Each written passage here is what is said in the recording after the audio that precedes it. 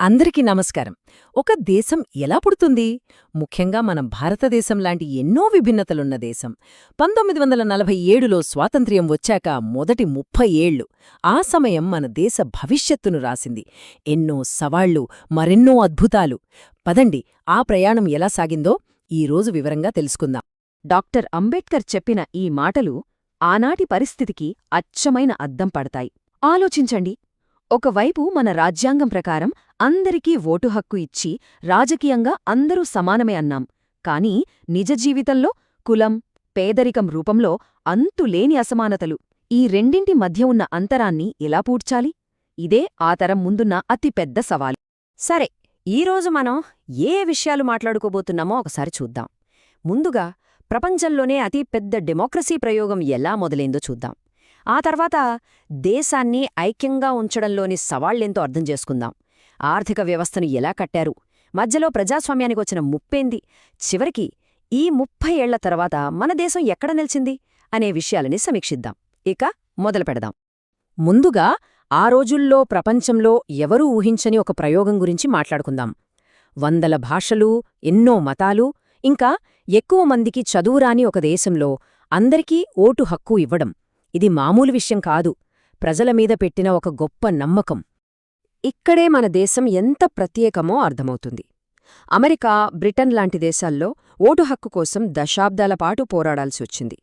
మొదట ఆస్తి ఉన్నవాళ్లకి, తర్వాత మగవాళ్లకి, ఆ తర్వాత ఎన్నో ఏళ్లకు మహిళలకు, ఇలా దశలవారీగా ఇచ్చారు. కాని భారతదేశం అలా కాదు.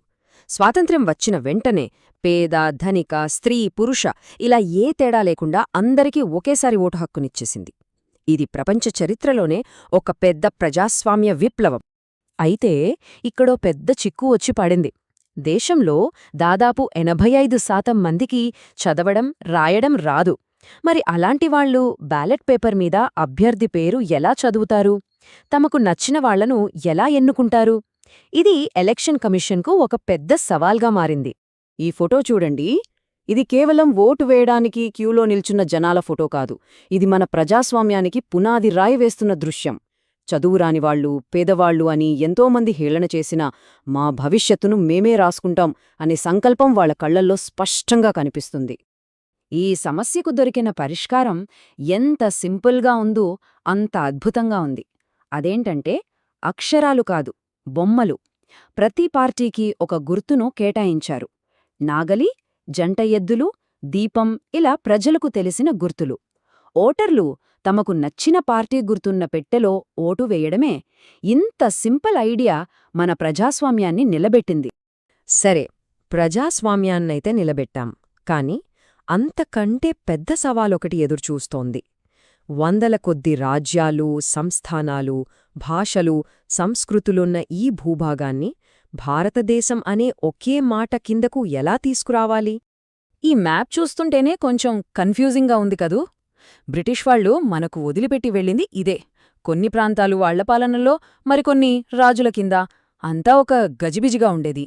వీటన్నింటినీ కలిపి ఒకే దేశంగా మార్చడం అంటే మాటలు కాదు కదా. మొదట్లో భాష ఆధారంగా రాష్ట్రాలను విడదీస్తే దేశం ముక్కలైపోతుందేమో అని నెహ్రూలాంటి నాయకులు చాలా భయపడ్డారు. కాని పొట్టి శ్రీరాములుగారి ఆత్మార్పణతో ప్రజల కోరికను కాదనలేకపోయారు. చివరికి 1956లో భాష ఆధారంగా రాష్ట్రాలు ఏర్పడ్డాయి. ఆశ్చర్యంగా ఏమైందంటే ఇది దేశాన్ని విడదీయలేదు, పైగా ప్రతి భాషా సమూహానికి తమకంటూ ఒక గుర్తింపు దొరకడంతో జాతీయ ఐక్యత ఇంకా బలపడింది. రాజకీయ ఐక్యత వచ్చింది సరే, కాని అసలు సమస్య ఇప్పుడే మొదలైంది. కోట్లమంది ఆకలి తీర్చాలి, వాళ్లకు చదువు చెప్పాలి, ఉద్యోగాలివ్వాలి, దేశాన్ని ఆర్థికంగా ఎలా బలోపేతం చెయ్యాలి? ఇది ఆనాటి నాయకుల ముందున్న అతిపెద్ద ప్రశ్న. ఈ 2 ఫోటోలు ఆనాటి భారతదేశపు కలను మన కళ్లకు కడతాయి.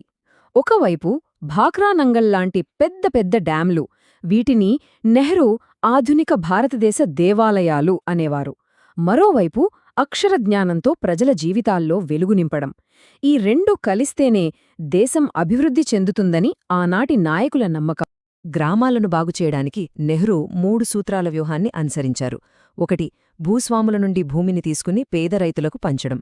2. సహకార వ్యవసాయాన్ని ప్రోత్సహించడం. 3. గ్రామాలకు అధికారాలివ్వడం.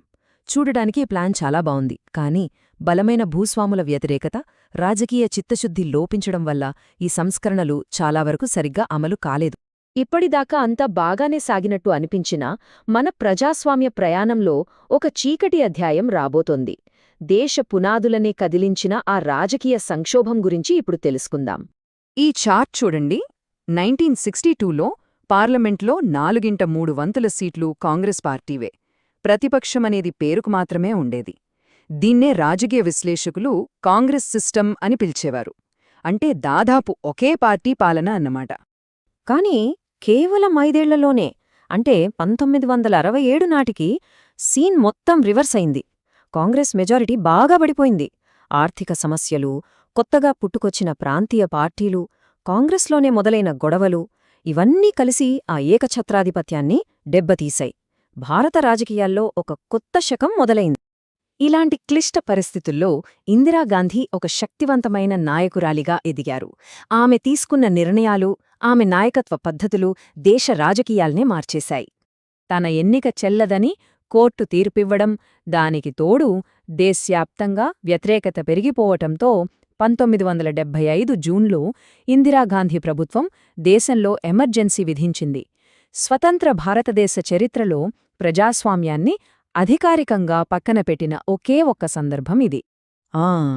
ఎమర్జెన్సీ సమయంలో పత్రికల నోరు నొక్కేశారు, ప్రజల ప్రాథమిక హక్కులను రద్దు చేసేశారు, వేలమంది ప్రతిపక్ష నాయకులను జైల్లో పెట్టారు. దాదాపు 21 నెలలపాటు మన ప్రజాస్వామ్యం ఒక చీకటి గదిలో బందీగా ఉండిపోయింది. ఇంతకీ ఎన్ని ఒడిదొడుకుల తరువాత ఈ మొదటి 30 ఏళ్లలో భారతదేశం ఏం సాధించింది, ఏం కోల్పోయింది? ఒకసారి లెక్కలు వేసి చూద్దాం. ఈ బ్యాలెన్స్ షీట్ చూస్తే మనకొక స్పష్టత వస్తుంది. ఒకవైపు ఎన్ని కష్టాలొచ్చినా ప్రజాస్వామ్యాన్ని, దేశ ఐక్యతను కాపాడుకోవటం, పరిశ్రమలు కట్టడం లాంటి గొప్ప విజయాలున్నాయి. కాని మరోవైపు విద్య, ఆరోగ్యం లాంటి ముఖ్యమైన రంగాల్లో ఇంకా వెనుకబడే ఉన్నాం. అంటే రాజనీతికంగా గెలిచినా సామాజికంగా ఇంకా చాలా దూరం ప్రయాణించాల్సి ఉందని స్పష్టమవుతుంది. చివరిగా ఒక్క ప్రశ్న. భారతదేశపు ఈ మొదటి 30 ఏళ్ల ప్రయాణం మనకు ఏం నేర్పుతోంది? ఒకవైపు పేదరికం, నిరక్షరాస్యత ఉన్నా ప్రజాస్వామ్యం బలంగా నిలబడగలదని నిరూపించింది. కాని మరోవైపు అదే ప్రజాస్వామ్యాన్ని ఒక్క రాత్రిలో రద్దు చేయొచ్చని కూడా చూపించింది. ఇంతకీ ప్రజాస్వామ్యమనేది ఎప్పటికీ ఉండేదా, లేక మనం నిరంతరం కాపాడుకోవాల్సిన ఒక గాజు వస్తువా? దీని గురించి ఆలోచించండి.